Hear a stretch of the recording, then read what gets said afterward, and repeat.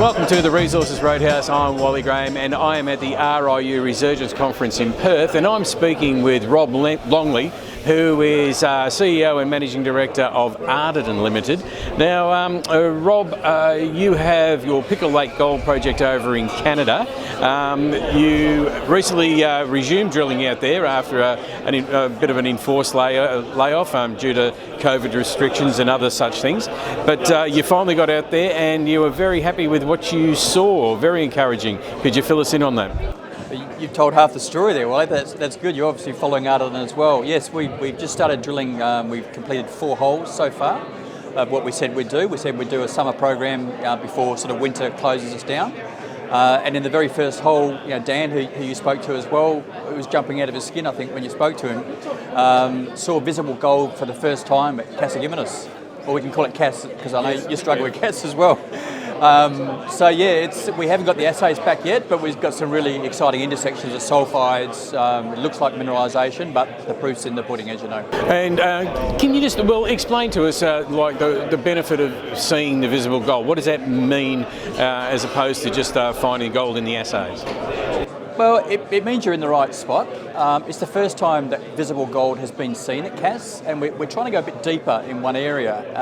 All the indications are that these systems tend to improve with depth. So we're drilling in a slightly different orientation to the way people have drilled before. We expect it to go a slightly different direction. And hitting visible gold tells you that you're getting into that sort of nuggety area. I mean, remember that Pickle Lake, you're talking 15 gram dirt in small seams. We're obviously looking for a broader, mineable underground resource.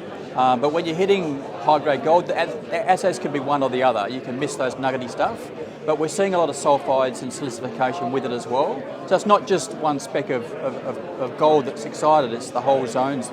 So there's plenty of what they call the Pathfinders there as well. Yeah, exactly. And remember, we're straight into fresh rock. So they're doing oriented core, some of them for the first time, working at the structures, working at the dilation zones. So they're really putting the puzzle together in this short program, and which will prepare us well for the big winter program that we've talked about we're going to deliver on as well. Yeah, okay. And let's just touch on the way you have to do the drilling over there. It's not as straightforward as what it sounds. You just don't drive your drill rig out and plant it and away you go. There is a different strategy you've got to use. Well, for the time being, we're heli lifting rigs in and drilling several holes from one pad and then lifting across to the next pad. That has pros and cons to it. Some of the people might have seen pictures of where we are. It leaves a very small footprint on the ground, so you get in the good books with all the First Nations and environmental because you've got very little damage.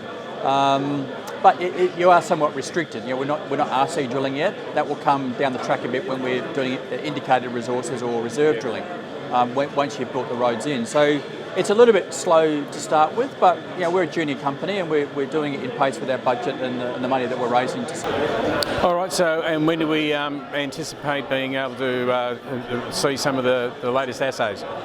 It's a question that everyone's asking. I think someone was saying Rob must be sweating like a gypsy with a mortgage or something waiting for the assays.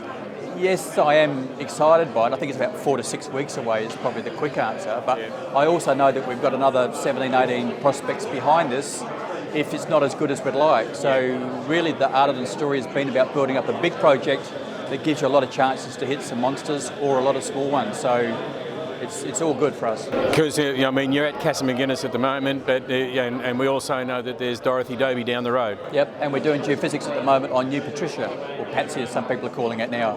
And there's some really good structures in that. So getting the First Nation agreement sorted out, working in harmony with the people in the environment and with COVID and the Mines Department rules is where we're starting, and that's what we want to build on over the next years. All right. Well, like you, Rob, we'll also be waiting to read those assay results when they finally do come out. But until then, thanks for being part of the Resources Roadhouse. Thanks to you and your followers. Thanks a lot. Cheers.